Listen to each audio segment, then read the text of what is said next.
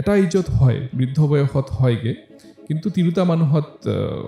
তাৰ প্ৰৱণতাটো বহুত বেছি তাৰ কাৰণে আচলতে সেই গাঁঠিৰ প্ৰব্লেমবিলাক বাঢ়ি গৈছে মানুহৰ ABC তিনিটা কথা থাকে তাৰমানে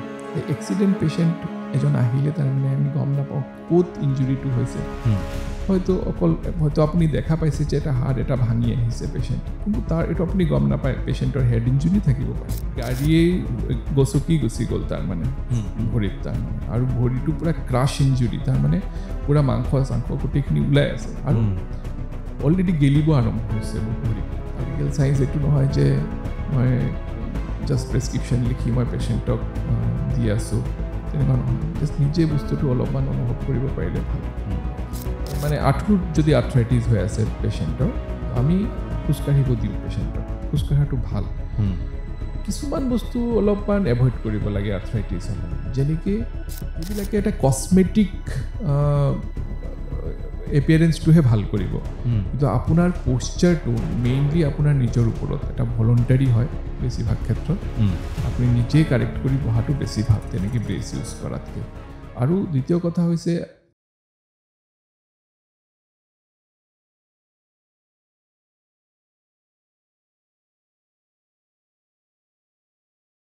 এক সুন্দৰ জীৱন উদযাপন কৰিবলৈ সুস্থ সবল মন আৰু শৰীৰৰ খুবেই প্ৰয়োজন নমস্কাৰ মই ঋতুপনে আপোনালোক সকলোকে স্বাগতম জনাইছোঁ স্বাস্থ্য সম্পৰ্কীয় পডকাষ্টৰ নতুন এটা এপিছডলৈ আজি আমি অৰ্থপেডিক্সৰ বিষয়ে পাতিম হাড়ৰ বিষয়ে পাতিম কেনেধৰণৰ সমস্যা হ'ব পাৰে কেনেদৰে আপোনালোকে এই সমস্যাৰ সমাধান উলিয়াব পাৰে সকলোবিলাক পাতিম আৰু আমাৰ সৈতে উপস্থিত আছে হাড়ৰ বিশেষজ্ঞ ডক্টৰ অভিজিত দেৱ ছাৰ আপোনাক স্বাগতম জনাইছোঁ ভালে আছেনে ছাৰ আছোঁ ভালে আছোঁ তোমাৰ ভালে মোৰ ভালেই ছাৰ অৰ্থপেডিক্স এটা ডাঙৰ বিভাগ বহুখিনি কথা পাতিব লগা আছে জানিব লগা আছে সমস্যা কেনেদৰে সমাধান কৰিব পাৰি তাৰ বিষয়ে আমি পাতিম আপোনাৰ পৰা জানিবলৈ চেষ্টা কৰিম অৰ্থপেডিক্স হয় আচলতে কি কওকচোন ছাৰ অলপমান অৰ্থপেডিক্স মানে ষ্টাডি অফ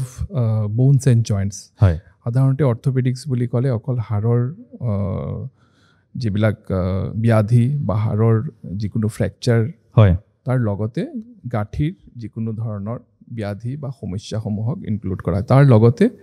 স্পাইন মানে ৰাজহাড়ৰ যিবিলাক সমস্যা আছে সেইবিলাক প্ৰব্লেমো ইয়াতে ইনক্লুড কৰা হয় সেইটো এই বিভাগটোৱেই অৰ্থপেডিক্স আপোনাৰ ওচৰতো বহু পেচেণ্ট আহে বিভিন্ন ধৰণৰ সমস্যা লৈ আহে বিশেষকৈ মানে বেছিকৈ কি সমস্যা লৈ আহে হাড়ৰ বা ৰাজহাড়ৰ মানে কি সমস্যা লৈ আহে হাড়ৰ নে ৰাজহাড়ৰ দুই ধৰণৰ মানে আচ্ছা কেনেধৰণৰ সমস্যা বেছিকৈ পোৱা যায় চাওক অৰ্থপেডিক্স বুলি ক'লে দুটা পাৰ্ট হৈ যায় এটা হ'ল ইমাৰ্জেঞ্চি অৰ্থপেডিক্স আৰু এটা হৈছে আমি যিবিলাক পেচেণ্ট ধৰি লওক OPDত পাওঁ আমি মানে আউট পেচেণ্ট হিচাপে পাওঁ তো দুইটা ভাগত ভাগ কৰিব পাৰোঁ তো যদি আমি হেৰিৰ বিষয়ে কওঁ ইমাৰ্জেঞ্চি পাৰ্টটোত কওঁ তেতিয়া ফ্ৰেকচাৰ্ছবিলাক আহে ফ্ৰেকচাৰ্ছ ডিছল'কেশ্যন সেইবোৰ আহে আৰু OPD জেনেৰেলি আমি আউট পেচেণ্টত কঁকাল বিষ আঁঠুৰ বিষ বা বেলেগ গাঁঠিৰ বিষ তেনেকুৱা ধৰণৰ সমস্যাবিলাক লৈ পেচেণ্ট আহে সাধাৰণতে কঁকাল বিষৰ কথা ক'লে আঁঠুৰ বিষৰ কথা ক'লে মানে এইবিলাক বিষ আজিকালি অলপমান বেছিকৈ হোৱা দেখা যায় নেকি বাৰু আৰু যদি দেখা পোৱা গৈছে মানে কিয় বুলি ভাবে আপুনি হয় আজিকালি অলপ কঁকাল বিষ আৰু আঁঠুৰ বিষৰ সমস্যা অলপ বাঢ়িছে হোৱাৰ কিছুমান কাৰণ আছে চাওক কি হৈছে আগত তাৰ মানে মানুহৰ দৈনন্দিন কাম কাজ কৰাৰ পদ্ধতিবিলাক অলপ বেলেগ আছিলে এতিয়া অলপমান সলনি হৈছে চিডেণ্টেৰী লাইফষ্টাইল বুলি যিটো কওঁ আমি তাৰ মানে আমি শাৰীৰিক কিছুমান পৰিশ্ৰম আগতে কৰিছিলোঁ সেই পৰিশ্ৰমবিলাক কমি আহিছে ডায়েবেটিছ অবেচিটি সেইবোৰ বাঢ়ি গৈছে তো সেইবোৰ কাৰণতো কিছুমান সমস্যা আজিকালি বাঢ়ি গৈছে সেইটোৱে কথা আৰু কিছুমান কথা আছে আগত কিছুমান বেমাৰ হয়তো ডায়েগন'চিছ হোৱা নাছিলে বা মানুহ মেডিকেল ফেচিলিটি নথকাৰ কাৰণে হয়তো ডক্টৰৰ ওচৰত যোৱা নাছিলে তো আজিকালি গৈ আছে ডায়েগন'চিছো তেনেকৈ বেছিকৈ হৈ আছে মানুহৰ আৰু মেডিকেল লাইক অৰ্থপেডিক চাৰ্জাৰী কওক বা অৰ্থপেডিক যিকোনো প্ৰচিডিয়াৰ যিবিলাক আমি কৰি আছোঁ তো সেইবিলাক নতুন প্ৰযুক্তিবিলাক আগবাঢ়ি গৈ আছে সেইবোৰ কাৰণতো লাইক মানে ডায়েগন'চিছবিলাক আগৰ তুলনাত অকণ বেলেগ হৈ গৈছে হাড় আমি মজবুত হাড় আৰু দুৰ্বল হাড় মানে দুৰ্বল আমাৰ মজবুত হাড়বিলাক মানে লাহেকৈ দুৰ্বল হৈ যোৱাৰ কাৰণ আমি নিজে নে বয়সৰ কিবা এজ গ্ৰুপ আছে নে বয়সৰ লগে লগে হাড়বিলাক দুৰ্বল হৈ পৰে? অ'কে, তাৰ মানে আপুনি অষ্টিঅ'পৰোচিছৰ কথা কৈছে নিশ্চয়। তো হাড় দুৰ্বল হোৱা বুলি ক'লে আমি অষ্টিঅ'পৰোচিছ বা অসমীয়াত তাৰ কোনো ট্ৰান্সলেশ্যন নাই, কিন্তু অষ্টিঅ'পৰোচিছ মানে হাড় ঠুনুকা হৈ যোৱা, হয়, কোমল বুলিও নকওঁ, ঠুনুকা হৈ যোৱা। তাৰ মানে তাৰ কোৱালিটিটো বেয়া হৈ যায় হাড়ৰ, তাৰ মানে। তো সেইটো কিয় হয়, ঠুনুকা কিয় হয়? বহুত কাৰণ আছে। চাওক, আটাইতকৈ প্ৰধান কাৰণ হ'ল পোষ্টমেনোপজেল অষ্টিঅ'পৰোচিছ, যিটো সচৰাচৰ আমাৰ ছ'চাইটিত দেখা পোৱা যায়। তো পোষ্টমেনোপজেল অষ্টিঅ'পৰোচিছ মানে কি? তিৰোতা মানুহৰ যেতিয়া মাহেকীয়া বন্ধ হৈ যায়, আৰু এইটো ফিমেলছতে হয় জেনেৰেলি, আৰু মতা মানুহৰ অষ্টিঅ'পৰোচিছ তাৰ মানে কি, এটা এজত হয়, বৃদ্ধ বয়সত হয়গৈ, কিন্তু তিৰোতা মানুহত তাৰ প্ৰৱণতাটো বহুত বেছি। মেনোপজৰ পাছত কি হয়, আমাৰ এষ্ট্ৰজেনৰ লেভেলটো কমি যায়, আৰু এষ্ট্ৰজেনৰ এক্টিভিটি কমি যোৱাৰ কাৰণে শৰীৰত তাৰ মানে বোন ৰিজৰ্পশ্যনটো বেছিকৈ হয়। তাৰ মানে আমাৰ হাড়টো এটা বেংকৰ লগত তুলনা কৰিব পাৰে। যেনেকৈ এটা বেংকত আপুনি পইচা জমাও থ'ব পাৰে, পইচা উইথড্ৰ কৰিব পাৰে, ঠিক তেনেকৈ আমাৰ হাড়ত, যিকোনো মানুহৰ হাড়ত বোন ডিপজিশ্যন আৰু ৰিজৰ্পশ্যন দুইটা এক্টিভিটি ইকুইলিব্ৰিয়ামত চলি থাকে অলমষ্ট, এটা বয়সলৈকে। আৰু তাৰ মানে এই দুটা প্ৰচেছৰ মাজত এটা ভাৰসাম্য ৰক্ষা হৈ আছে। বোন ডিপজিশ্যন মানে হাড়ত কেলছিয়াম জমা হোৱা বুলি ধৰিব পাৰি, আৰু বোন ৰিজৰ্পশ্যন মানে হাড়ৰ পৰা কেলছিয়ামখিনি ওলাই অহা। তো এই দুটা প্ৰচেছৰ মাজত এটা ভাৰসাম্য ৰক্ষা হৈ থাকে। কিন্তু এষ্ট্ৰজেন কমি যোৱাৰ কাৰণে কি হয়, বোন ৰিজৰ্পশ্যন এক্টিভিটিটো বাঢ়ি যায়। তাৰমানে বোন মানে ক'ব পাৰে যে বেংকৰ পৰা মানুহে উইথড্ৰ কৰি আছে পইচা, কিন্তু জমা দিয়া নাই। তো তেনেকৈ হ'লে কি হ'ব? বেংকৰ নিশ্চয় জমা ধন কমি যাব, নহয় জানো? ঠিক তেনেকৈ পোষ্টমেনোপজেল অষ্টিঅ'পৰোচিছৰ কাৰণে এটা বয়সৰ পাছত যেতিয়া লাহে লাহে এইটো এটা শ্ল' প্ৰচেছ একচুৱেলি, তো লাহে লাহে কি হয়, হাড়বিলাক দুৰ্বল হৈ গৈ থাকে তাৰ। তো সেইটো কথা, এইটো হৈছে আটাইতকৈ প্ৰধান কাৰণ আমাৰ ছ'চাইটিত। আৰু এটা চাইলেণ্ট পেণ্ডেমিকৰ নিচিনা কাম কৰি আছে এই বস্তুটো, এটা চাইলেণ্ট পেণ্ডেমিক। তাৰমানে যেতিয়ালৈকে ফ্ৰেকচাৰ হৈ নাযায়, তেতিয়ালৈকে মানুহে গমেই নাপায় যে তেওঁৰ হাড়টো দুৰ্বল হৈ গৈছে, আৰু সহজতে ভাঙি যায়। অষ্টিঅ'পৰোচিছ হ'লে কি হ'ব, এটা বয়সৰ পিছত পৰিলেই হাড় ভাঙি যাব। আমি সচৰাচৰ দেখা পাওঁ যে ৰিষ্ট জইণ্টত, ইয়াত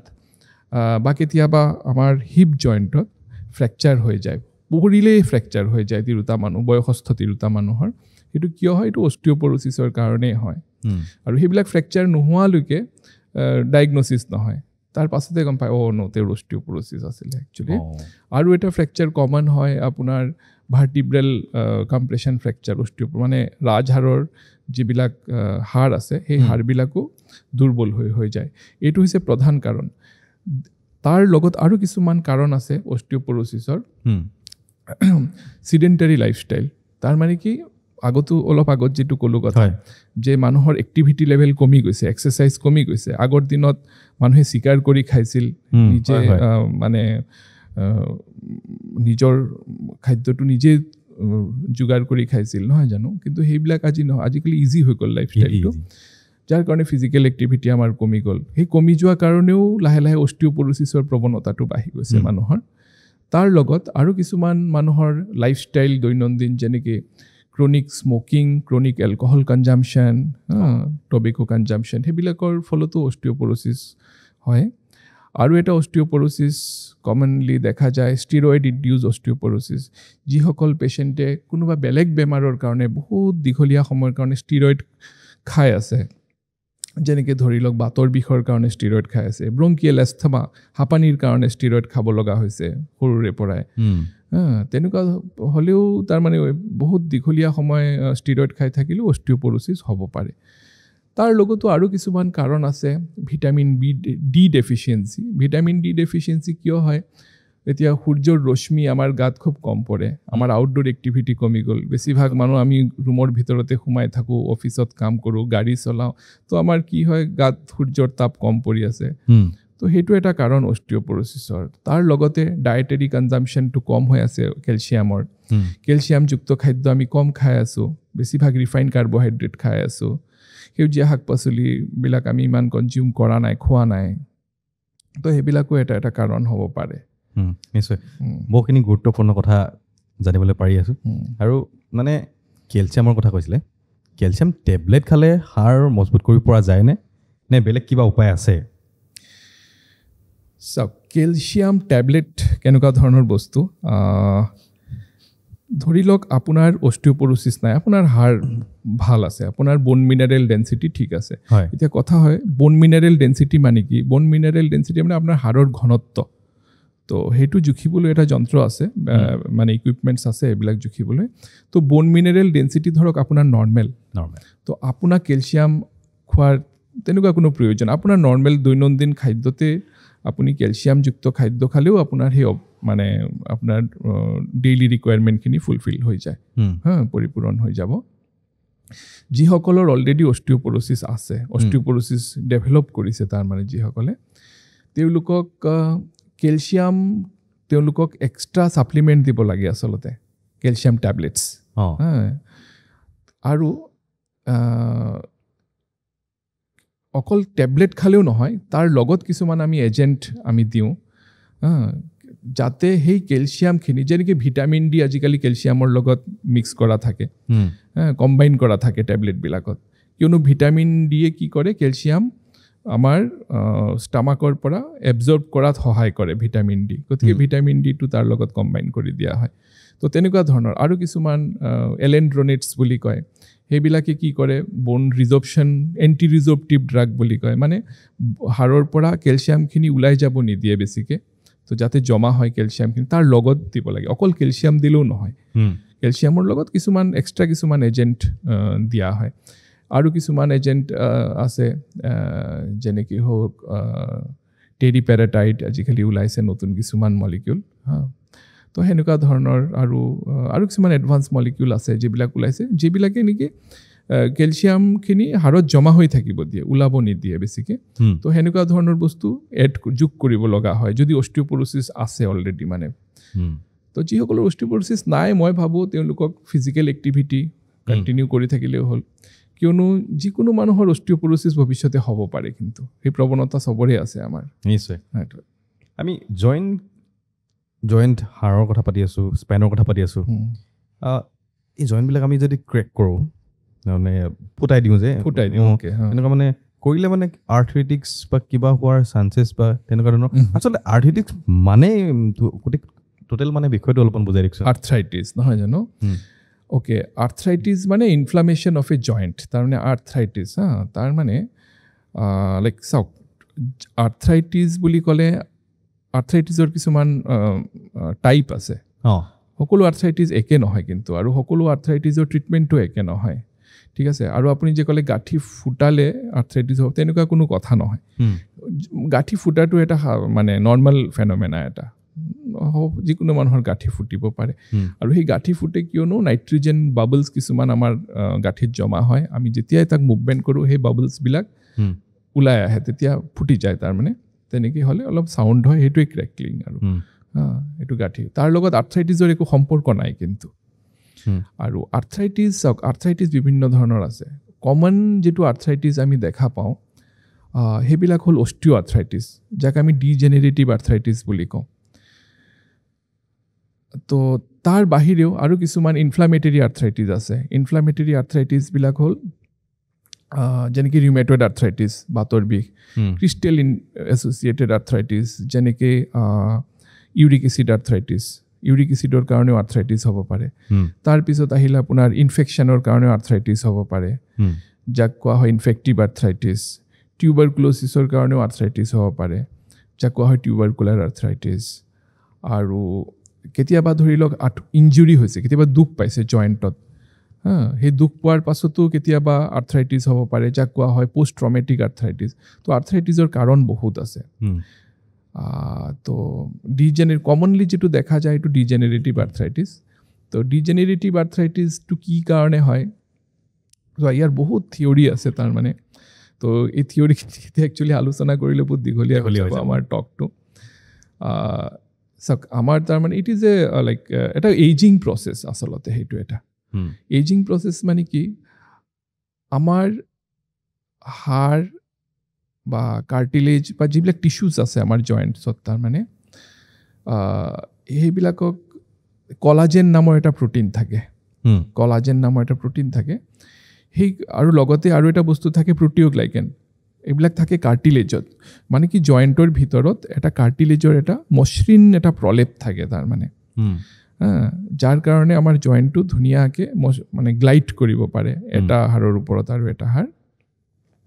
তো তাত যিবিলাক কলাজেন প্ৰটিঅগ্লাইকেন সেইবিলাকৰ কিছুমান কেমিকেল চেঞ্জ হয় কিছুমান এই চেঞ্জবিলাক হৈছে আচলতে এটা এজিং প্ৰচেছ যেনেকৈ বয়সৰ লগে লগে কি হয় সেই কাৰ্টিলেজবিলাকত ৱাটাৰ কণ্টেণ্ট বাঢ়ি যায় মানে পানীৰ পৰিমাণ বাঢ়ি যায় কাৰ্টিলেজবিলাকৰ ক্ৰছ লিংকিং বাঢ়ি যায় ক্ৰছ লিংকিং হ'লে এই কলাজেনবিলাক অলপ দুৰ্বল হয় তাৰমানে গোটেই কাৰ্টিলেজটো এজ এ হোল দুৰ্বল হৈ যায় তেতিয়া কি হয় লাহে লাহে এই বস্তুটো কাৰ্টিলেজটো ব্ৰেকডাউন হয় প্ৰথম অৱস্থাত সেইটো খুব মাইক্ৰস্কোপিক ফেনমেনা তাৰমানে প্ৰথম অৱস্থাত আপুনি গম নাপাব যদি এটা বায়পচি লয় সেইটো টিচুৰ আপুনি গম নাপাব যে এইটো ব্ৰেকডাউন হৈ আছে মাইক্ৰস্কোপিকেলি চালেহে গম পাব তাৰপাছত লাহে লাহে সেইটো মেক্ৰস্কোপিক হৈ যায় তাৰপিছত এনেকুৱা হয় যে চকুৰে দেখিলেও গম পাব যে তাক ডিলেমিনেশ্যন বা তেনেকুৱা ফিব্ৰিলেশ্যন এনেকুৱা ধৰণৰ কিছুমান প্ৰচেছ হৈ আছে তো লাহে লাহে লাহে লাহে ব্ৰেকডাউন হৈ হৈ বস্তুটো ডাঙৰ হয় আৰু এইবিলাক ডিজেনেৰেটিভ আৰ্থ্ৰাইটিছ এদিন দুদিন এসপ্তাহ এক মাহৰ কথা নহয় বছৰৰ পিছত বছৰ লাহে লাহে লাহে লাহে আৰ্থ্ৰাইটিছবিলাক ডেভেলপ হয়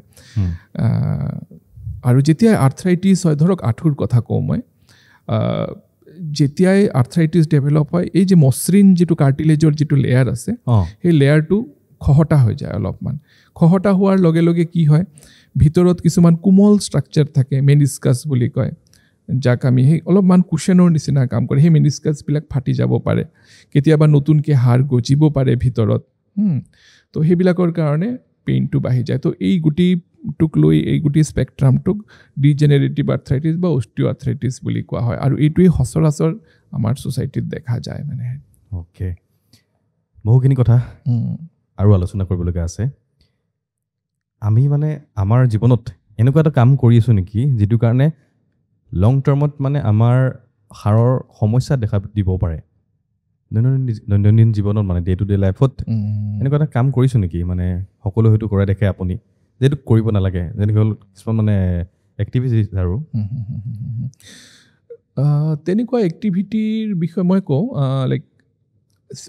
তাত মই এটা বস্তুৱে ফ'কাছ কৰিম সেইটো হৈছে ছিডেণ্টেৰী লাইফষ্টাইল মানে আমাৰ শাৰীৰিক পৰিশ্ৰমবিলাক আমি কমাই দিছোঁ আৰু তাৰ কাৰণে আচলতে সেই গাঁঠিৰ প্ৰব্লেমবিলাক বাঢ়ি বাঢ়ি গৈছে মানুহৰ যেনেকৈ শাৰীৰিক পৰিশ্ৰম কম হোৱাৰ কাৰণে আমাৰ হয়তো আজিকালি বেক পেইনটো বহুত বাঢ়ি গৈছে মানে অবেচিটিৰ কাৰণে বেক পেইন বাঢ়ি গৈছে গতিকে মই এটা বস্তুৱে ক'ম যে লাইফষ্টাইল এটা মেইনটেইন কৰিব লাগে মানুহে লাইফষ্টাইল মেইনটেইন কৰিব লাগে প্লাছ তাৰ লগতে ডায়েটটোত মানে এটা বেলেঞ্চ ডায়েট হ'ব লাগে তো আজিকালি আমি কি কৰি আছোঁ ৰিফাইন কাৰ্বহাইড্ৰেট জাংক ফুড এনেকুৱা ধৰণৰ খাদ্যবিলাক আমি বেছিকৈ কনজিউম কৰি আছোঁ খাই আছোঁ তো এনেকুৱা ধৰণৰ খাদ্য বাদ দি আমি এটা বেলেঞ্চ ডায়েট যিমান পৰা যায় নেচাৰেল হ'ব লাগে আমাৰ খাদ্যবিলাক তাৰ লগতে এক্সাৰচাইজৰ কথাটো ক'লোৱে আৰু তৃতীয় আৰু এটা কথা ক'ম ষ্ট্ৰেছ আমাৰ এই গোটেই ডিজেনেৰেটিভ যিবিলাক প্ৰচেছ ধৰি লওক ক'লোঁ যে আঁঠু ক্ষয় হ'ব পাৰে মানে এনেই এই ডিজেনেৰেটিভ প্ৰচেছ বা আমাৰ যিবিলাক ৰাজহাড়ত যিবিলাক ডিস্ক থাকে সেই ডিস্কবিলাকো লাহে লাহে লাহে লাহে চেঞ্জ হয় ক্ষয় হয় সেইবিলাক তো এই প্ৰচেছবিলাকত ষ্ট্ৰেছ মানসিক তনাৱ যিটো কয় ষ্ট্ৰেছ বস্তুটোৱে বহুত এটা ইম্পৰ্টেণ্ট পাৰ্ট ৰোল প্লে কৰে ষ্ট্ৰেছ হ'লে কি হয় আমাৰ বডিত কিছুমান ফ্ৰী ৰেডিকেল উৎপন্ন হয় আচলতে সেই ষ্ট্ৰেছৰ পৰা সেই ফ্ৰী ৰেডিকেলবিলাকে এই ডিজেনেৰেটিভ প্ৰচেছত এটা কেটেলিষ্ট হিচাপে কাম কৰে তাৰমানে সেই প্ৰচেছবিলাকক মানে বঢ়াই দিয়ে তাৰমানে তো ডায়েট এক্সাৰচাইজ আৰু ষ্ট্ৰেছ ফ্ৰী লাইফ এই তিনিটাই আমাৰ মানে কৰ্নাৰ ষ্ট'ন বুলি ক'ব পাৰোঁ টু লিভ এ হেল্ডি মানে লাইফ নিশ্চয় আমি ইয়াৰ বিষয়ে অৰ্থপেডিক্সৰ বিষয়ে আৰু পাতিম কিন্তু কিদৰে আপুনি এজন অৰ্থপেডিক্স মানে বিশেষজ্ঞ হোৱাৰ কষ্টখিনি জাৰ্ণিটো অলপমান যদি কৈ দিয়ে সৰুৰ পৰা মন আছিল এজন ডক্টৰ হোৱা নে কেনেকৈ আপুনি আৰম্ভ কৰিলে সকলোবিলাক অলপমান কওকচোন নিশ্চয় জানিবলৈ ভাল লাগে মানে মই অসম মেডিকেল কলেজৰ পৰা 2002 বেটছৰ MBBS জইন কৰিছিলোঁ তাৰ পাছত ৰুৰেল পষ্টিঙত আছিলোঁ 3 বছৰমান তাৰপিছত পোষ্ট গ্ৰেজুৱেশ্যন শিলচৰ মেডিকেল কলেজত কৰিলোঁ অৰ্থপেডিক্সত হয় কৰি আহি পেলাই লাইক গুৱাহাটী মেডিকেল কলেজত আছিলোঁ আৰু ডাউন টাউন হস্পিটেলতো আছিলোঁ এজ এ ছিনিয়ৰ ৰেচিডেণ্ট তাৰ পাছত মই নগাঁৱত 2017 চনত আহি মানে নিজস্বভাৱে প্ৰাইভেট প্ৰেক্টিশ্যনাৰ হিচাপে মই অৰ্থপেডিক প্ৰেক্টিছ কৰা ষ্টাৰ্ট কৰিলোঁ তাৰ পাছত 2021-22 চনত মই কোইম্বাটুৰ গংগা হস্পিটেলত মই ফেলোশ্বিপ কৰিলোঁ জইণ্ট ৰিপ্লেচমেণ্ট মানে আৰ্থপ্লাষ্টি মানে অলপমান উন্নতমানৰ চাৰ্জাৰীবিলাকৰ কাৰণে ট্ৰেইনিং ল'লোঁ তাৰ পাছত এতিয়া নগাঁৱতে আছোঁ কিয় মানে ইমানবোৰ মেডিকেল লাইনৰ ইমানবোৰ বিষয়ৰ ভিতৰত আপুনি অৰ্থপেডিক কিয় বাছি ল'লে অৰ্থপেডিক কিয় বাছি ল'লোঁ তাৰ মানে লাইক মই জীৱনত এনেকুৱা কিছুমান ছিটুৱেশ্যন ফেচ কৰিছোঁ পৰিস্থিতি কিছুমান মই মুখামুখি হৈছোঁ যে ইমাৰ্জেঞ্চি এটা ছিটুৱেশ্যন ধৰক এক্সিডেণ্ট হৈছে ৰোড ট্ৰাফিক এক্সিডেণ্ট হ'ল ইভেন মই MBBS পাছ কৰাৰ পাছতো মোৰ লগত হৈছে তাৰ মানে MBBS পাছ কৰি আহিছোঁ তাৰ পাছত এটা এক্সিডেণ্ট হ'ল আৰু মই তাৰ মানে আই ৱাজ এ বাইষ্টেণ্ডাৰ মই ওচৰত মই চাই আছিলোঁ কিন্তু কি কৰিব লাগে মই সেইটো জনা নাছিলোঁ সেইটো সময়ত এজন পেচেণ্টক য'ত নেকি ভৰি ভাঙি গৈছে ইণ্টাৰনেল ইঞ্জুৰিও হয়তো হৈছে পেচেণ্টৰ কিন্তু সেইটো সময়ত কি কৰিব লাগে মই কেনেকৈ ৰিয়েক্ট কৰিব লাগে কিন্তু মোৰ ওচৰে পাজৰে থকা মানুহবিলাকে গম পাইছিলে যে তেওঁ ডক্টৰ হয় হয়তো তেওঁ হেল্প কৰিব পাৰি কিন্তু সেইটো সময়ত মই বিশেষভাৱে হেল্প কৰিব পৰা নাছিলোঁ তাৰ মানে তো তেনেকুৱা কিছুমান দুই এটা ছিটুৱেশ্যন লাইফত মই মানে মুখামুখি হৈছোঁ তাৰ পাছত মই ডিচাইড কৰিলোঁ যে নাই মই অলপ অৰ্থপেডিক্স লাইক এনেকুৱা ধৰণৰ ছাবজেক্ট ল'ম তো সেইকাৰণে মই আগবাঢ়ি আহিছোঁ আপোনাৰ ইণ্টাৰেষ্টটো কেনেকৈ জাগি উঠিল সেইটো কথা ক'লে এতিয়া ৰোড ট্ৰেফিকৰ কথা মানে কৈছিলে এক্সিডেণ্টৰ কথা চ' তেতিয়া পৰা নাছিলে আপুনি হেল্প কৰিবলৈ সেই মানুহজনক এক্সিডেণ্ট হোৱা মানুহজনক কিন্তু এতিয়া কেনেদৰে সহায় কৰে কেনেদৰে চিকিৎসা আগবঢ়ায় এতিয়াতো পেচেণ্টক মই হস্পিটেলতে পাওঁ মানে কি হয় যেতিয়া এজন এক্সিডেণ্ট পেচেণ্ট আহে তো প্ৰথম কথা হৈছে আমি ABC 3টা কথা থাকে তাৰ মানে এক্সিডেণ্ট পেচেণ্ট এজন আহিলে তাৰ মানে আমি গম নাপাওঁ ক'ত ইঞ্জুৰিটো হৈছে হয়তো আপুনি দেখা পাইছে যে এটা ভাঙি আহিছে পেচেণ্টে কিন্তু তাৰ এইটো আপুনি গম নাপায় পেচেণ্টৰ হেড ইঞ্জুৰি থাকিব পাৰে চেষ্ট ইঞ্জুৰি বুকুত ইঞ্জুৰি থাকিব পাৰে ইণ্টাৰনেল ব্লিডিং থাকিব পাৰে এবডমিনেল পেটৰ ভিতৰত হয়তো ব্লিডিং হৈ আছে পেচেণ্ট হয়তো আনকনচিয়াছো থাকিব পাৰে যদি পেচেণ্ট কনচিয়াছ হৈ আছে মানে জ্ঞানটো আছে আপুনি সুধি পেলাই উলিয়াব পাৰে বস্তুবিলাক ক'ত বিষাই আছে ক'ত কি যদি একদম আনকনচিয়াছ অজ্ঞান পেচেণ্ট আপুনি গম নাপায় ক'ত কি হৈ আছে তো সেনেকুৱা ধৰণৰ কথা তো তেনেকুৱা পেচেণ্ট আহিলে প্ৰথমতে আমি ABC এই 3টা বস্তু চাওঁ মানে এয়াৰৱে তাৰ মানে পেচেণ্টে উশাহ ল'ব পাৰিছেনে নাই যদি পৰা নাই তেতিয়া আমি এয়াৰৱেটো প্ৰথমতে ক্লিয়াৰ কৰিব লাগিব তাৰপিছত আহিলে বি মানে ব্ৰিডিং তাৰমানে পেচেণ্টে উশাহ যদি ল'ব নোৱাৰে আমি মেকানিকেল ভেণ্টিলেশ্যন বা তেনেকুৱা ধৰণৰ ডিভাইচ দি পেচেণ্টক এইটো কৰিব লাগিব মানে উশাহ লোৱাব লাগিব তাৰ পাছত আহিলে C ফৰ চাৰ্কুলেশ্যন তাৰ মানে আপোনাৰ শৰীৰত তেজটো বৈ আছে নে নাই মানে ফ্ল' হৈছে নে নাই তাৰ কাৰণে আমি পালছ BP সেইবোৰ চালোঁ তো সেইবোৰ বস্তু এবাৰ নহয় ৰিপিটেডলি আমি বাৰে বাৰে সেইটো এছেছ কৰি গৈ থাকিব লাগে যেতিয়ালৈকে পেচেণ্ট ষ্টেবল নহয় তাৰ মানে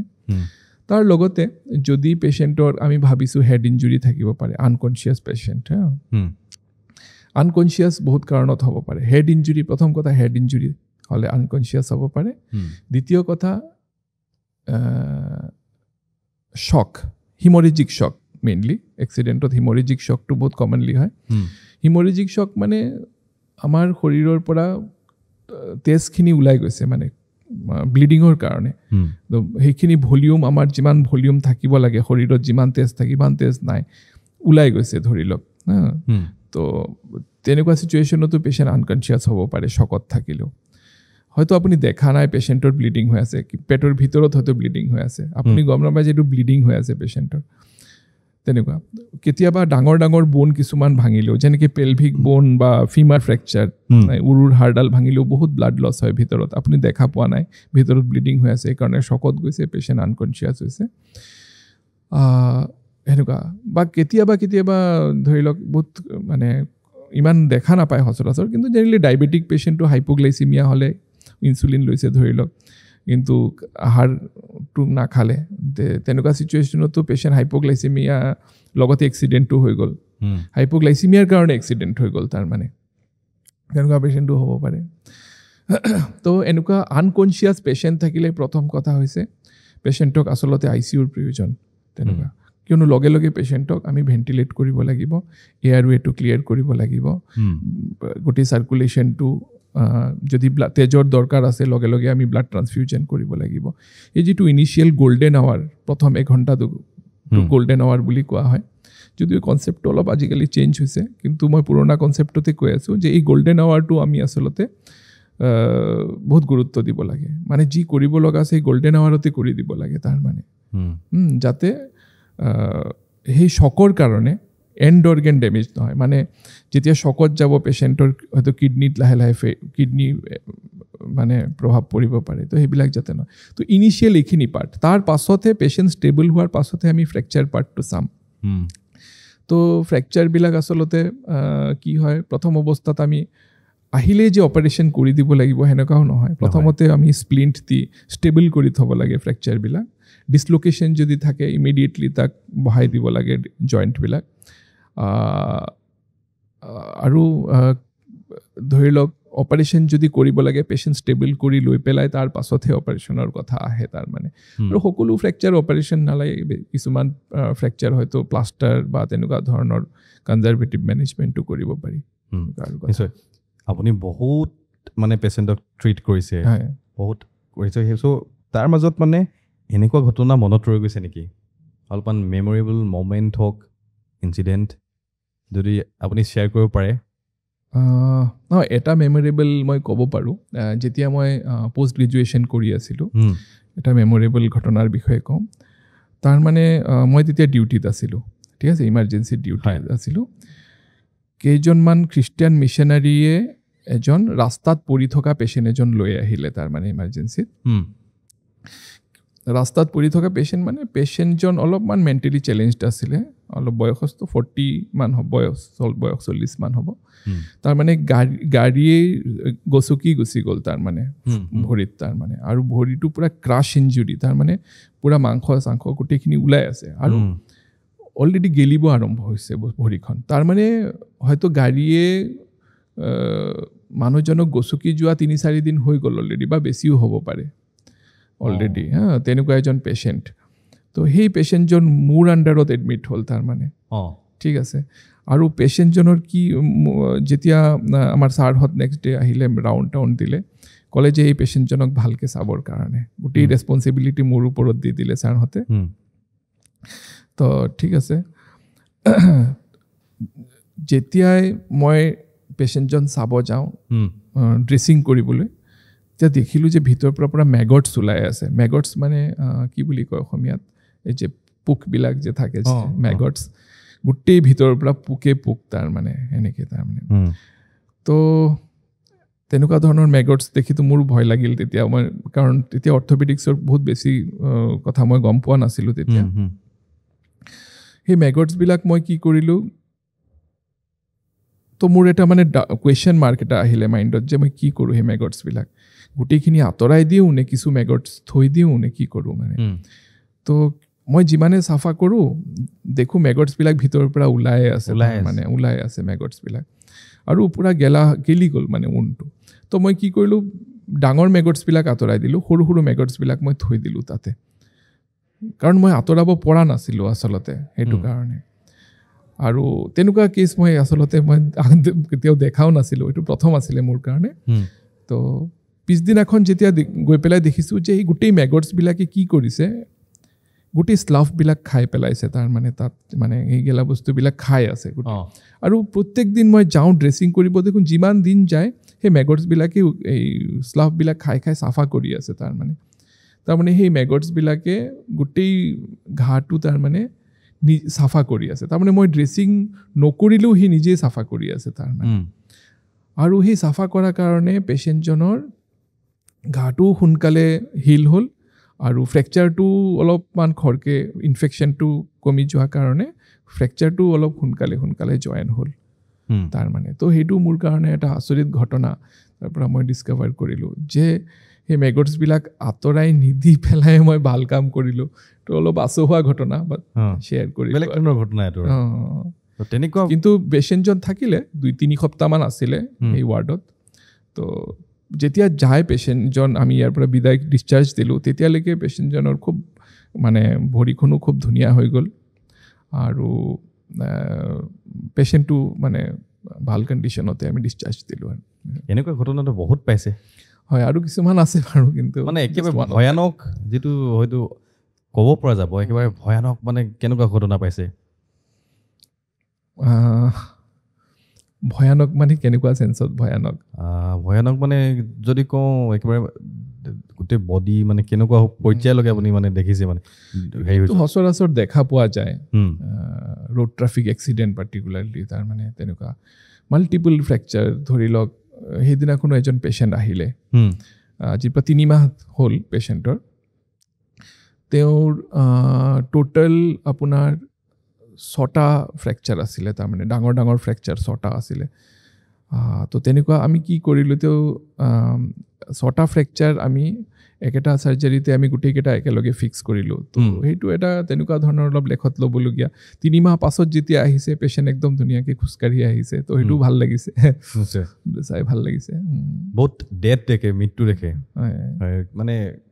কেনেকুৱা ফিল হয় প্ৰথম পৰ্যায়ত একেবাৰে আপোনাৰ মেডিকেল কেৰিয়াৰৰ ষ্টাৰ্টিঙত আৰু এতিয়া মানে কেনেকৈ হেণ্ডেল কৰিছিল ফাৰ্ষ্ট, মানে নিজকে মানে মনটো কেনেকৈ মানে বুজাইছিল যে প্ৰথমেতো এতিয়াতো বহুতখিনি অভিজ্ঞতা হ'ল। প্ৰথম কথাটো কি, লাইক প্ৰথম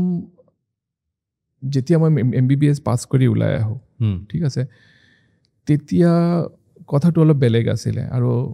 পাছত লাহে লাহে এটা বস্তু মই অনুভৱ কৰিছোঁ যে তাৰমানে কি, আমাৰ ঘৰত যদি কোনোবা পেচেণ্ট থাকে, তাৰমানে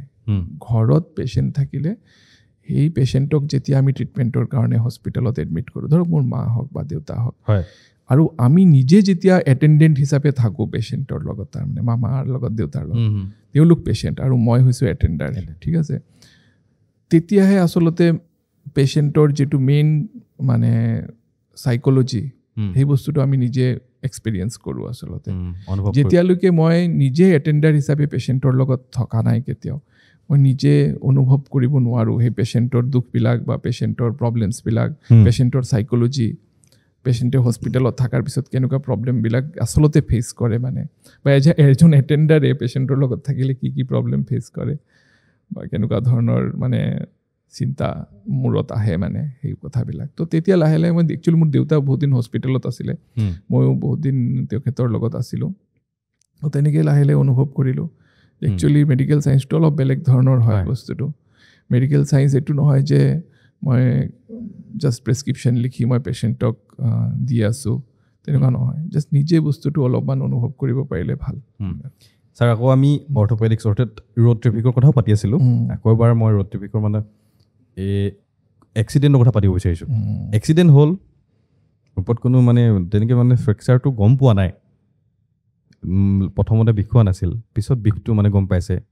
বা কোনোবা এজন নৰ্মেল মানুহৰ হাড়ৰ যদি মোৰ হাড়খিনি মানে মজবুত হৈ আছে নে, মনখিনি মজবুত হৈ আছে নাই, তেনেকুৱা পৰীক্ষা কৰাবলৈ হ'লে কেনেধৰণৰ পৰীক্ষা থাকে, কি পৰীক্ষা থাকে, অলপমান তাৰ বিষয়ে ক'বচোন। অ'কে, তো ধৰি লওক আপুনি এজন নৰ্মেল মানুহ, আপোনাৰ কোনো কমপ্লেইন, কোনো প্ৰব্লেম নাই তাৰমানে, তো আপুনি চাব বিচাৰিছে আপোনাৰ হাড়টো মজবুত আছেনে নাই, নহয়? হয়,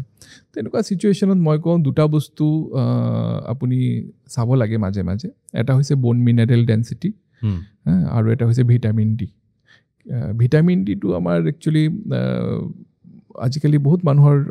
কম থাকে ভিটামিন ডি লেভেলটো, কিন্তু আমাৰ ছান এক্সপ'জাৰ কম হয়, আহাৰত ভিটামিন ডিৰ পৰিমাণ কম হয়, সেইবিলাক কাৰণত তো আপুনি ভিটামিন ডিটো মাজে মাজে চেক কৰিব পাৰে বছৰত এবাৰ হ'লেও। আৰু বোন মিনাৰেল ডেঞ্চিটি মানে হাড়ৰ ঘনত্ব, সেইটো মাজে মাজে চাব পাৰে। তো সেইটো চোৱাৰো দুটা বেলেগ উপায় আছে। এটা আছে আপোনাৰ ডেক্সা বুলি কওঁ, সেইটোত অলপমান ৰেডিয়েশ্যন এক্সপ'জাৰ এইবিলাক আছে।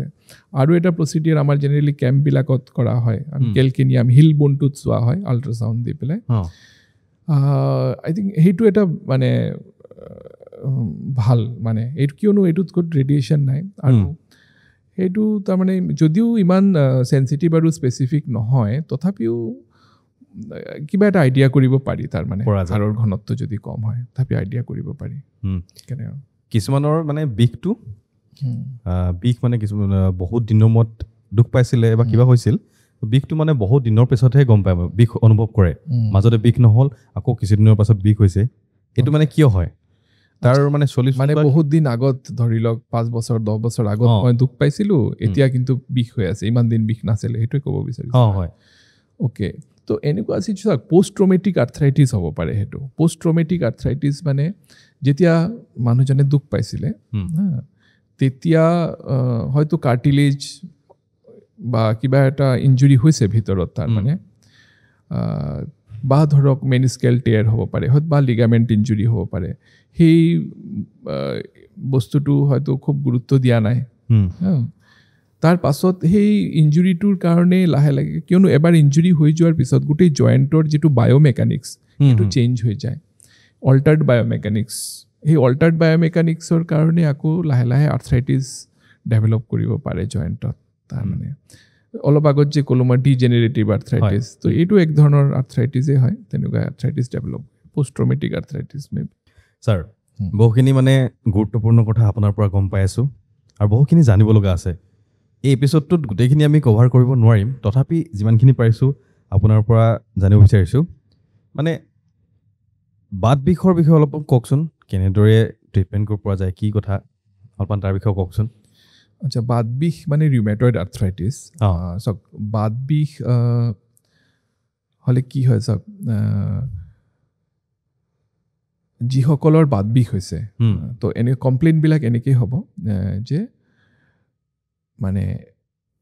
এটা বা তাতকৈ বেছি জইণ্টত পেইন হ'ব, তাৰ মাল্টিপল জইণ্ট, আৰু স্পেচিয়েলি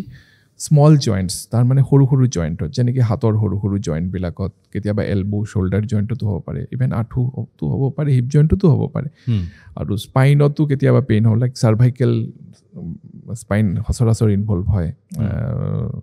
হেৰিত বাত বিষত, ৰিউমেটইড আৰ্থ্ৰাইটিছত। তো কমপ্লেইনবিলাক এনেকুৱাই থাকে, এই গোটেই জইণ্টবিলাকত পেইন হ'ব। আৰু মৰ্ণিং ষ্টিফনেছটো বহুত কমনলি হয়। মৰ্ণিং ষ্টিফনেছ মানে ৰাতিপুৱা উঠাৰ পাছত জইণ্টবিলাক খুব জঠৰ হৈ থাকিব, এঘণ্টামান খুব জঠৰ, লাহে লাহে যেনেকৈ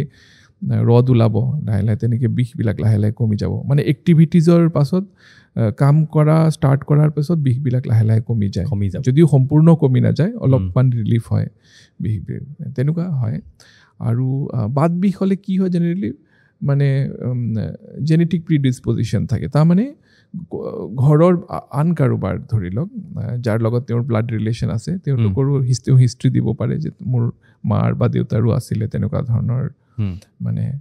বাত বিষ, তেনেকুৱা ধৰণৰ হিষ্ট্ৰীও দিব পাৰে। তো সেইবোৰ হৈছে বাত বিষ। তো বাত বিষ হৈছে একচুৱেলি এটা ইনফ্লামেটৰী আৰ্থ্ৰাইটিছ। আৰু বাত বিষৰ কাৰণে চাওক, আজিকালি বহুত ভাল ট্ৰিটমেণ্ট আছে, বহুত ভাল ট্ৰিটমেণ্ট আছে। বাত বিষ যদি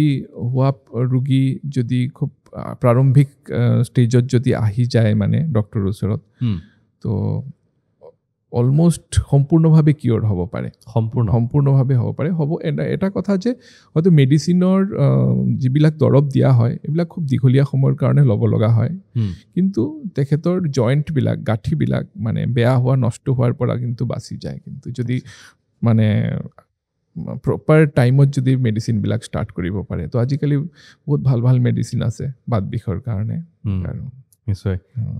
আৰ্থ্ৰাইটিছৰ কথা পাতি আছোঁ, আৰ্থ্ৰাইটিছ ৱাক কৰিব পাৰেনে? খোজকাঢ়িব, মানে আপুনি সুধিছে খোজকাঢ়াটো ভালনে বেয়া মানে? তো আৰ্থ্ৰাইটিছৰ কাৰণে খোজকঢ়াটো কিন্তু খুব ভাল এক্সাৰচাইজ, খুব ভাল ব্যায়াম কিন্তু কিছুমান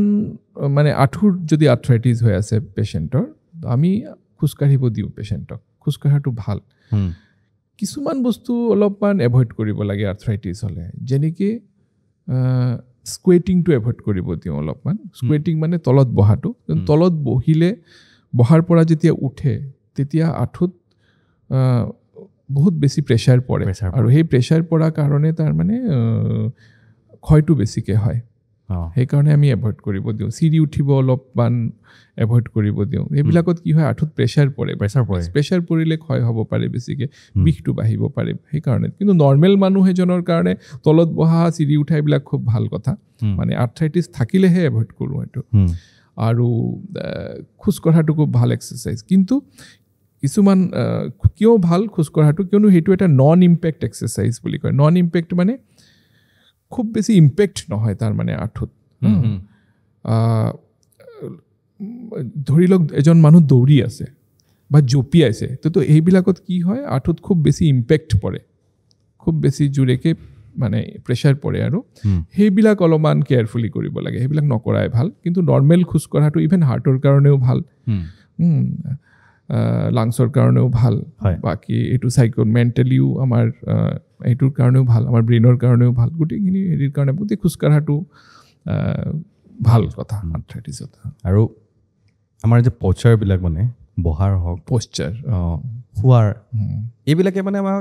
হাড়ৰ মানে সমস্যা দেখা দিব পাৰে নেকি যদি আমি নিশ্চয় পাৰে মেইনলি চাওক প'শ্চাৰৰ লগত মই কেইটামান কথা কওঁ বেক পেইন যে কঁকাল বিষৰ লগত প'শ্চাৰ বহুত পৰিমাণে জড়িত হৈ আছে যদি এজন মানুহে একেৰাহে কণ্টিনিউৱাছলি বহি থাকে তো আজিকালি এনেকুৱা হৈছে cheating is a new smoking বুলি কয় তাৰ মানে চিটিংটো বহি থকাটোক তাৰ মানে স্মকিঙৰ লগত তুলনা কৰে তাৰ মানে মানুহৰ আয়ুস যেনেকৈ স্মকিঙে কমায় তেনেকৈ প্ৰলং চিটিং একেৰাহে দীঘলীয়া সময় বহি থকাটো স্বাস্থ্যৰ কাৰণে তেনেকেই স্মকিঙৰ নিচিনা বেয়া তাৰমানে ক্ষতিকাৰক তো ফিজিকেল এক্টিভিটিৰ কথাই আহি গ'ল আকৌ ঘূৰি ফিৰি লাইক বহুতে সদায় নিজৰ প'শ্চাৰটো মেইনটেইন কৰিব লাগে মানে এটা বেণ্ড প'শ্চাৰত বহিব নালাগে তাৰমানে বহিলে সদায় এনেকৈ ষ্ট্ৰেইট প'শ্চাৰটো মেইনটেইন কৰিব লাগে তাৰমানে সদায় আৰু সেইটো বস্তু একদম যেতিয়া আৰু ধৰি লওক পঢ়া শুনা কৰোঁতে বহুত ষ্টুডেণ্টছ আছে বিচনাত শুই পঢ়ে বেড প'শ্চাৰ তেনেকৈ এইবিলাক এভইড কৰিব লাগে ধুনীয়াকৈ চেয়াৰত নিজৰ প'শ্চাৰ মেইনটেইন কৰি পেলাই বহিব লাগে আৰু প্ৰতি আধা ঘণ্টা আৰু একেৰাহে বহি থাকিব নালাগে আধা ঘণ্টা বহাৰ পিছত 5 মিনিট অকণমান কিবা এটা কাম উলিয়াই লৈ অলপ খোজকাঢ়িলে ধৰি লওক আকৌ আহি বহিলে ফ্ৰেছ হয় এইটো বেছি ভাল হয় প'শ্চাৰৰ বিষয়ে যিহেতু পাতি আছোঁ আমি প'শ্চাৰৰ মানে কাৰেকশ্যনৰ কিছুমান গেজেট থাকে এইবিলাক ইউজ কৰাটো ভালনে নে নিজে আমি মানে বেলেগ উপায় কৰিব পাৰোঁ মানে আপুনি কিছুমান ব্ৰেচ কিছুমান দেখিছে চাগে সুধিছে ন অ'কে চাওক হয় যদি কাৰোবাৰ প'শ্চাৰ বেয়া তাৰ মানে বহুতে আছে মানে তেনেকুৱা ধৰণৰ ব্ৰেচ ইউজ কৰে সেইটো মানে কি নিজৰ প'শ্চাৰটো কাৰেক্ট কৰিবৰ কাৰণে কৰে কিন্তু সেইবিলাকে এটা কছমেটিক এপিয়াৰেঞ্চটোহে ভাল কৰিব কিন্তু আপোনাৰ প'শ্চাৰটো মেইনলি আপোনাৰ নিজৰ ওপৰত এটা ভলণ্টাৰী হয় বেছিভাগ ক্ষেত্ৰত আপুনি নিজেই কাৰেক্ট কৰি বহাটো বেছি ভাল তেনেকৈ ব্ৰেচ ইউজ কৰাতকৈ আৰু দ্বিতীয় কথা হৈছে আমাৰ পিঠিৰ যিবিলাক মাংসপেশী আছে বা ডিঙিৰ যিবিলাক মাংসপেশী আছে নেক মাচেল বা বেক মাচেল সেই মাচেলবিলাক ষ্ট্ৰেংথেনিং কৰিব লাগে মানে তাৰ মানে পাৱাৰটো বঢ়াব লাগে সেই মাচেলবিলাকক ষ্ট্ৰং থাকিব লাগে এই মাচেলবিলাক তেতিয়াহে আপুনি এটা কাৰেক্ট প'শ্চাৰত বহিব পাৰিব এই মাচেলবিলাক দুৰ্বল থাকিলে আপুনি কাৰেক্ট প'শ্চাৰত বহিবই নোৱাৰিব কাৰেক্ট অট'মেটিকেলি আপুনি লিন ফৰৱাৰ্ড হৈ বহিব লাগিব এনেকৈ তাৰপিছত আপুনি আকৌ ব্ৰেচ লগাই তাক কাৰেক্ট কৰাৰ কোনো মিনিং নাই গতিকে আপুনি নিজেই এই মাচেলবিলাকৰ এক্সাৰচাইজ কৰি হ'লেও তাক মাচেলবিলাকৰ পাৱাৰটো আনিব লাগিব ষ্ট্ৰং কৰিব লাগিব আপুনি কাৰেক্ট প'শ্চাৰ মেইনটেইন কৰিব লাগিব নিশ্চয় এইখিনিতে মানে এটা প্ৰশ্ন মনলৈ আহিছে ৰিউমেটলজিষ্ট আৰু অৰ্থপেডিক ডক্টৰ মানে বিশেষজ্ঞ এই দুজনৰ মাজত পাৰ্থক্য কি ৰিউমেটলজি আচ্ছা চাওক ৰিউমেটলজি বুলি ক'লে অকল ৰিউমেটইড আৰ্থ্ৰাইটিছ নুবুজায় ৰিউমেটলজিত বহুত ধৰণৰ ইমিউনলজিকেল কিছুমান ৰোগ আছে যেনেকৈ SLE হ'ল এনকাইলজিং স্পণ্ডাইলাইটিছ হ'ল inflammatory bowel disease associated arthritis বুলি কয় মানে আৰু ছৰিয়েটিক আৰ্থ্ৰাইটিছ কিছুমান আছে তো তেনেকুৱা ধৰণৰ বহুত ধৰণৰ ইমিউন'লজিকেল মানে শৰীৰৰ প্ৰতিৰোধক ছিষ্টেম যিটো আছে সেই ছিষ্টেমৰ লগত জড়িত হৈ থকা কিছুমান বহুত বেমাৰ আছে তাৰমানে সেই গোটেই বেমাৰখিনি আচলতে ৰিউমেটলজিষ্ট এজনে চায় অৰ্থপেডিক্সে কেৱল মাস্কুলোস্কেলিটেল পাৰ্টটো চাব পাৰিব তাৰ মানে ৰিউমেটলজি ধৰি লওক ৰিউমেটইড আৰ্থ্ৰাইটিছত অকল আৰ্থ্ৰাইটিছ নহয় যদিও তাৰ নামটো ৰিউমেটইড আৰ্থ্ৰাইটিছ বেমাৰটোৰ সেই ৰিউমেটইড আৰ্থ্ৰাইটিছত কিন্তু আপোনাৰ চকুতো ইনভলভমেণ্ট হ'ব পাৰে সেই ৰিউমেটইড হাৰ্টতো ইনভলভমেণ্ট হ'ব পাৰে ঠিক আছে ৰিউমেটলজিৰ কাৰণে আৰু স্কিন ইনভলভ মেনিফেষ্টেশ্যন আছে বহুত ধৰণৰ এটা ৱাইড মেনিফেষ্টেশ্যন আছে আচলতে এজন অৰ্থপেডিক্সে কেৱল মাস্কুলোস্কেলিটেল পাৰ্ট মানে হাড়ত যিবিলাক বা গাঁঠিত যিবিলাক মানে অসুবিধা দেখা দিছে পেচেণ্টৰ সেই পাৰ্টটো চাব পাৰে বাকী গোটেই গোটেই পাৰ্টটো এজন ৰিউমেটলজিষ্ট তো মই এইটো কথা কওঁ কিন্তু প্ৰব্লেমটো কি হয় ৰিউমেটলজিষ্ট বহুত কম আছে আমাৰ অসমত অৰ্থপেডিক্সৰ লগত তুলনা কৰিলে নহয় জানো প্ৰপৰ্চনেলি বহুত কম গতিকে সেই এক্সেছটো মানুহৰ হয়তো কম আছে মই ভাবোঁ পুতুককৈ এজন মানুহে ৰিউমেটলজিষ্টক কনচাল্ট কৰিম বুলি ক'লেও নাপায় হয়তো তো কিন্তু অৰ্থপেডিক্স বহুত এভেইলেবল হয় মই ভাবোঁ প্ৰথম অৱস্থাত অৰ্থপেডিক্সত দেখুৱাব পাৰে কিন্তু লগতে এজন ৰিউমেটলজিষ্টৰো কনচাল্টেশ্যন লোৱাটো ভাল হয় যদি ৰিউমেটইড আৰ্থ্ৰাইটিছ থাকে ছাৰ ফ্ৰেকচাৰৰ বিষয়ে আমি পাতিছিলোঁ কিন্তু ফ্ৰেকচাৰ হ'লে মানে কেলছিয়াম টেবলেট খাব পাৰেনে মানে কিমান দিনলৈকে খাব লাগে ফ্ৰেকচাৰ হ'লে কেলছিয়াম টেবলেট কিমান দিন খাব লাগে কথাটো এনেকুৱা ফ্ৰেকচাৰ কাৰ হৈছে সেই ফ্ৰেকচাৰটো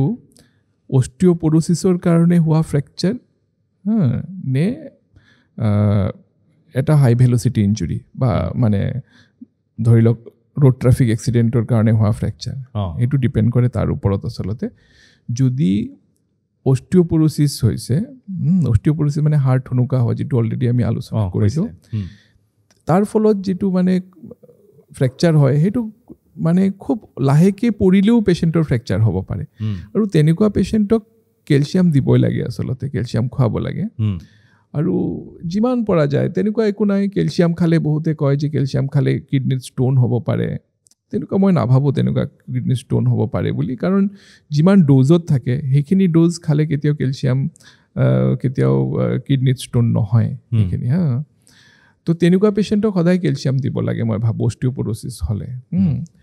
কিন্তু যিসকলৰ অষ্টিঅ'প'ৰ'চিছ নাই এটা হাই ভেলচিটি ইঞ্জুৰিৰ কাৰণে বা এক্সিডেণ্টৰ কাৰণে ধৰক এজন য়াং মানুহ কাৰোবাৰ ফ্ৰেকচাৰ হৈছে তেওঁক কেলছিয়াম দিয়া নিদিয়া প্ৰায় একেই কথা কাৰণ চাওক ফ্ৰেকচাৰ ইউনিয়নৰ কাৰণে মানে ফ্ৰেকচাৰ এটা জোৰা হ'বৰ কাৰণে কেলছিয়ামৰ কোনো ৰুল নাই কেলছিয়ামৰ কোনো কামেই নাই তাত কেলছিয়াম নিদিলেও সি জইন হ'ব কেলছিয়ামৰ কোনো ৰুল নাই এটা অষ্টিঅ'প'ৰ'টিক ফ্ৰেকচাৰ যদি হয় তেতিয়া সেই ফ্ৰেকচাৰটো জোৰা হ'বৰ কাৰণে কেলছিয়াম দিব নালাগে কিন্তু ইন জেনেৰেল যিহেতু তেখেতৰ হাড়টো ঠুনুকা তাৰ কাৰণে কেলছিয়াম দিয়া হৈছে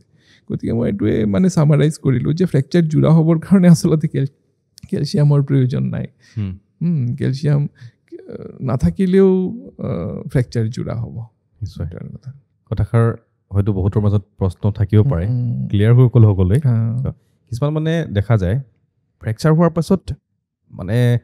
যিমান সময়মতে কৰিব লাগিছিল মানে তেওঁৰ ট্ৰিটমেণ্টটো কিন্তু নকৰি পিনে মানে অলপ দিন ৰৈ দিলে হয়তো ফাইনেন্সিয়েল কণ্ডিশ্যন থাকিব পাৰে আৰ্থিক অৱস্থাৰ কাৰণে বা হয়তো অৱহেলাৰ কাৰণে কিছুমান ৰৈ যাব পাৰে কেনেধৰণৰ সমস্যা ডাঙৰ সমস্যা দেখা দিব পাৰে ফ্ৰেকচাৰটো মানে টাইমলি মানে ট্ৰিট কৰা নহ'ল তাৰমানে ভালকৈ হেৰি কৰা নহ'ল তো এনেকুৱা ছিটুৱেশ্যনত চাওক যদি এজন বৃদ্ধ মানুহ ফ্ৰেকচাৰৰ কাৰণে বহুত দিন বিচনাত পৰি আছে ধৰি লওক ফ্ৰেকচাৰ থাকিলে আপুনি পেচেণ্টক মবিলাইজ কৰিব নোৱাৰিব প্ৰথম কথা তো ফ্ৰেকচাৰৰ ট্ৰিটমেণ্টৰ প্ৰথম পাৰ্পাছটোৱে হ'ল পেচেণ্টক উঠাই পেলাই আমি বহাব লাগিব থিয় কৰাব লাগিব পাৰিলে যদি সম্ভৱ হয় খোজ কঢ়াব লাগিব তো সেইটোৱে হৈছে আমাৰ অবজেক্টিভ যাক কোৱা হয় আৰ্লি মবিলাইজেশ্যন এইটো কৰাটো এইকাৰণেই জৰুৰী যদি সেইবিলাক নকৰোঁ কিছুমান কমপ্লিকেশ্যন হ'ব পাৰে আটাইতকৈ কমন যিটো হ'ল সেইটো হৈছে বেডছৰ ডেভেলপ কৰিব পাৰে পেচেণ্টক বেডছৰ মানে প্ৰেছাৰ পৰি থকাৰ কাৰণে পিঠিত ঘাঁ লাগিব পাৰে তাৰ পাছত UTI হ'ব পাৰে তাৰমানে পেচাবৰ ইনফেকশ্যন হ'ব পাৰে আৰু এটা হৈছে আপোনাৰ নিউমোনিয়া হ'ব পাৰে চেষ্টত ইনফেকশ্যন হৈ যাব পাৰে আৰু এটা কণ্ডিশ্যন হৈছে ডিপ ভেইন থ্ৰম্ব'চিছ বুলি কয় ভৰিত মানে তেজবিলাক গোট মাৰি যাব পাৰে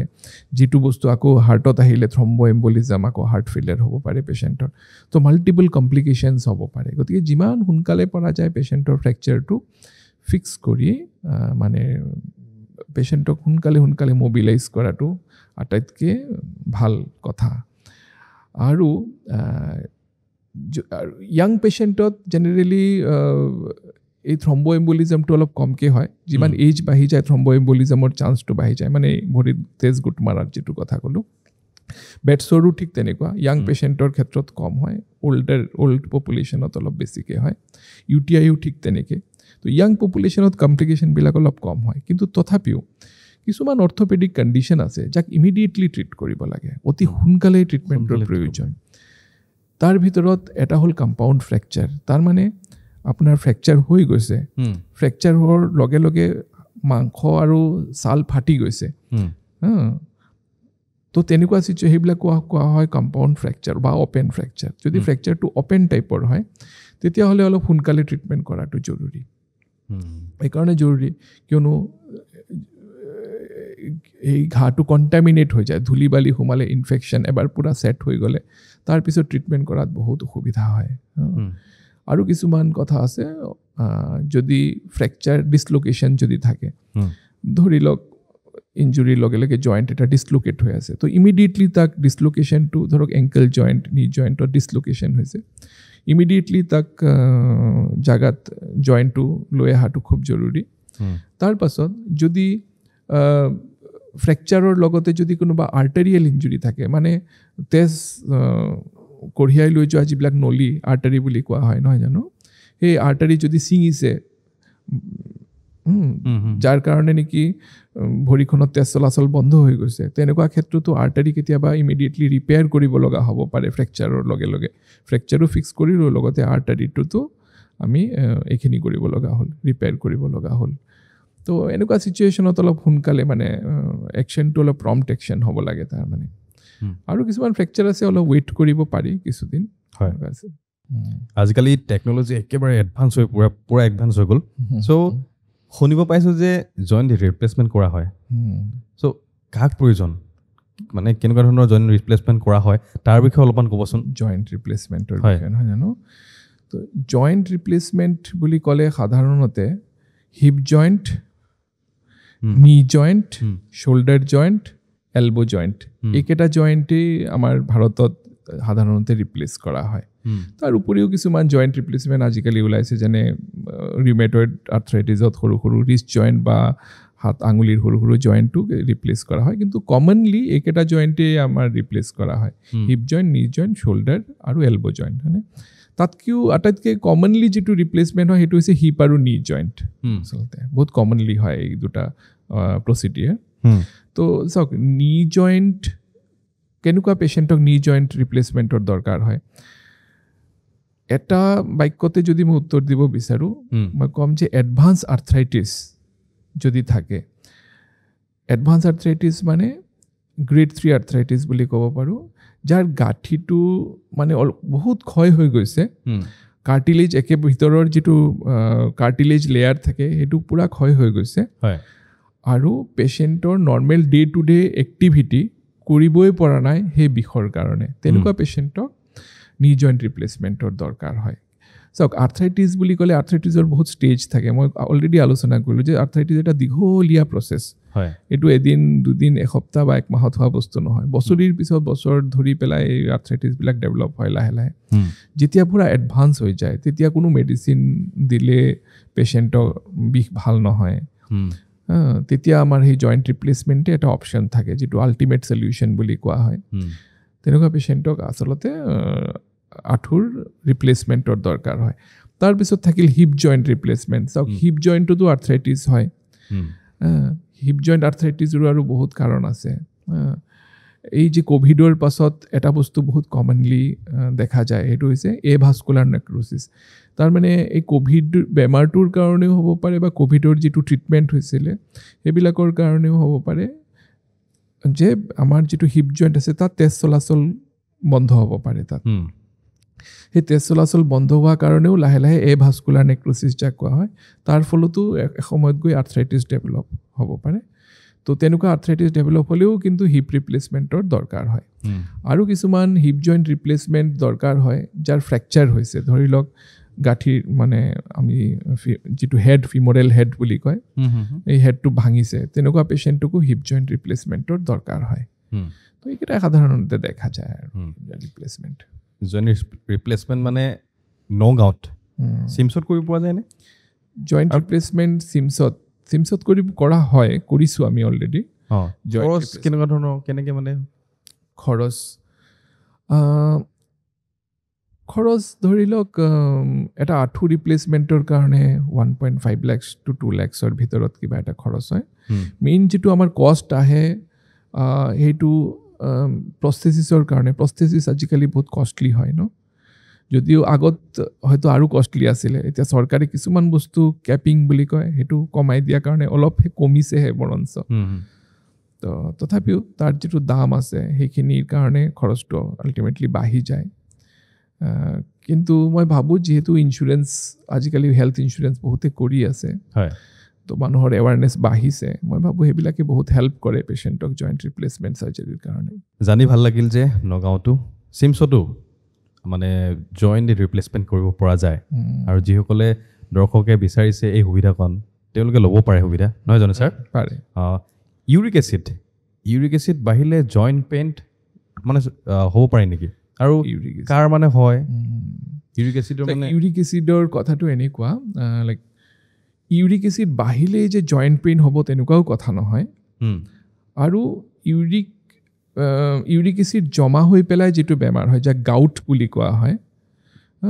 সেইটো হ'লে যে ইউৰিক এচিড বাঢ়িয়ে থাকিব সেইটোও কোনো কথা নহয়। তো গাউটটো কি বস্তু? গাউটটো হ'ল যেতিয়া আমাৰ শৰীৰত ইউৰিক এচিডৰ এটা লেভেল এটা মেইনটেইন হৈ থাকে, ঠিক আছে, কিন্তু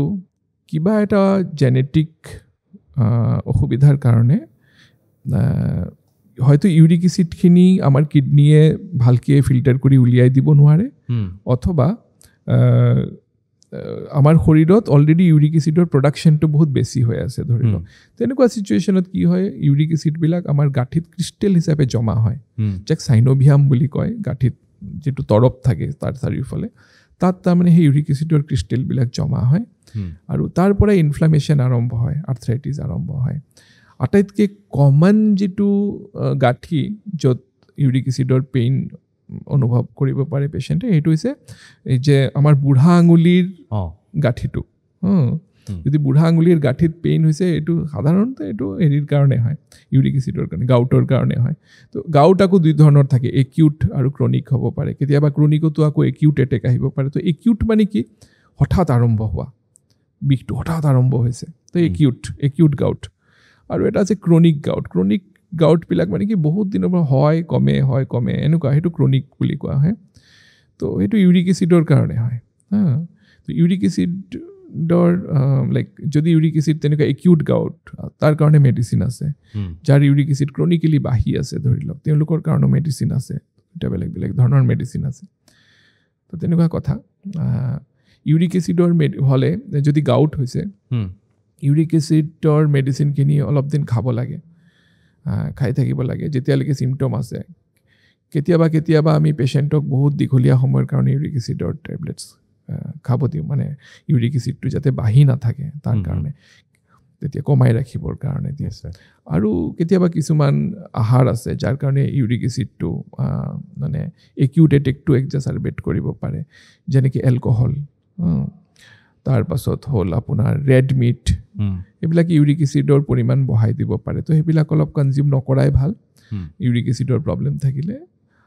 আৰু এটা বস্তু হৈছে হাই ফ্ৰুক্টোজ কৰ্ণ চিৰাপ বুলি কয়। আজিকালি মিঠা বস্তুত কিছুমান আৰ্টিফিচিয়েল চুইটেনাৰ থাকে, হাই ফ্ৰুক্টোজ কৰ্ণ চিৰাপ, সেইবিলাকেও ইউৰিক এচিড বঢ়ায়। তো তেনেকুৱা ধৰণৰ যিকোনো মিঠা বস্তু, আৰ্টিফিচিয়েলি যিবিলাক মিঠা বস্তু, তেনেকুৱা বস্তুবিলাক এভইড কৰা ভাল ইউৰিক এচিড হ'লে। অৰ্থপেডিক্সৰ বিষয়ে বহুখিনি কথা আমি আজি ক্লিয়াৰ হ'লোঁ, জানিব পাৰিলোঁ। আৰু এই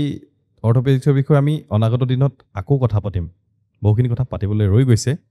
যিখিনি জানিলোঁ আজি তাৰ বিষয়ে আমি আপুনি মানে কি ক'ব আৰু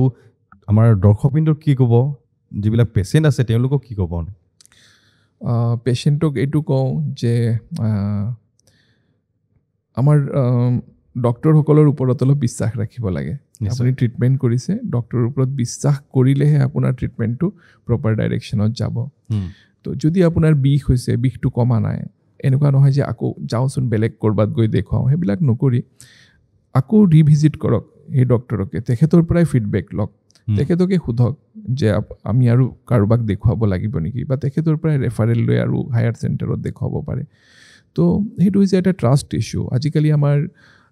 ছ'চাইটিত কি হৈছে, মেডিকেল ফ্ৰেটাৰ্নিটিৰ ওপৰত ট্ৰাষ্টটো বহুত কমি কমি গৈ আছে কিছুমান ঘটনাৰ কাৰণে। তো সেইবিলাকত তাৰমানে বহুত ধৰণৰ সামাজিক মাধ্যমো বহুত পৰিমাণে মানে দেখিছোঁ ৰেছপনচিবল হয়। তো আমি কোনো ধৰণৰ মিছকনচেপশ্যন, কোনো সামাজিক মাধ্যমে যাতে কোনো ধৰণৰ মিছকনচেপশ্যন বা মিছ ইনফৰমেশ্যন বিয়পাব নালাগে হেল্থ ৰিলেটেড মেটাৰত। আৰু মই সেইটো কথাই কওঁ। আৰু medical science is a pure science. আচলতে মেডিকেল ছায়েন্স একদম এভিডেন্স বেছড ছায়েন্স হয়। তাৰ মানে যিবিলাক মেডিচিন আমি দিওঁ, আমিতো আৰু ডক্টৰ নহয়, চাইণ্টিষ্ট নহয়, আমি কোনো বস্তু আৱিষ্কাৰ কৰি পেলাই নিদিওঁ। যিবিলাক মেডিচিন আমি পেচেণ্টক দিছোঁ বা যিটো চাৰ্জাৰী আমি পেচেণ্টক কৰিছোঁ, সেইবিলাক তাৰমানে অলৰেডি প্ৰুভেন যে এই বস্তুটো কৰাৰ কাৰণে বা এই মেডিচিনটো দিয়াৰ কাৰণে পেচেণ্টৰ বেনিফিট অলৰেডি হৈছে। সেই ষ্টেটিষ্টিকেল এনালাইচিছৰ ওপৰত বেছ কৰিয়ে আমি ট্ৰিটমেণ্টত আগবাঢ়োঁ। গতিকে অলপ মেডিকেল ফ্ৰেটাৰ্নিটিৰ ওপৰত, ডক্টৰসকলৰ ওপৰত অলপ সেই বিশ্বাসটো ৰাখিব। তেনেকৈ হ'লে আপোনালোকে, আৰু যদি কিবা ইছ্যু আছে, তাৰমানে বেমাৰটো ভাল পোৱা নাই, আপুনি আকৌ ডক্টৰক আপোনালোকে ফিডবেক দিয়ক। কাৰণ আপোনালোকে ফিডবেক দিলেহে ডক্টৰে সেই বেমাৰটোৰ বিষয়ে আৰু নলেজ গেইন কৰিব পাৰিব। ডক্টৰ এজনৰ কাৰণে পেচেণ্টেই হৈছে এখন কিতাপ। কিতাপ পঢ়ি আমি যিমান নলেজ পাওঁ, এজন পেচেণ্টে আমাক তাতকৈ হয়তো বেছি ইনফৰমেশ্যন দিব পাৰে। গতিকে সেইখিনিয়ে কথা ক'বলগীয়া আছে মোৰ। বহুখিনি গুৰুত্বপূৰ্ণ কথা ক'লে। আৰু আপোনালোকে যি কৰ্ম কৰি আছে সেয়া অনন্য মানে, আৰু তাৰ কাৰণে আমি আপোনালোকক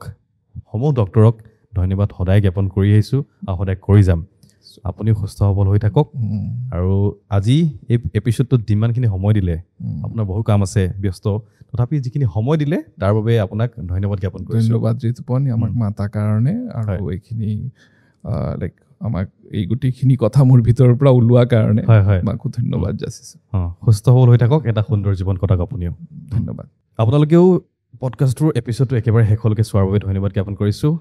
অৰ্থপেডিক্সৰ বিষয়ে বহুখিনি তথ্য আপোনালোকক দিবলৈ চেষ্টা কৰিলোঁ। তথ্যখিনিৰ পৰা আপোনালোকেও লাভালাভ হ'ল বুলি মই আশা কৰিছোঁ। সমাধান আমি বিচাৰি দিম। সুস্থ সবল হৈ থকাৰ দায়িত্ব কিন্তু আপোনালোকৰ। নতুন এটা এপিছ'ডত পুনৰ লগ পাম। তেতিয়ালৈকে ধন্যবাদ।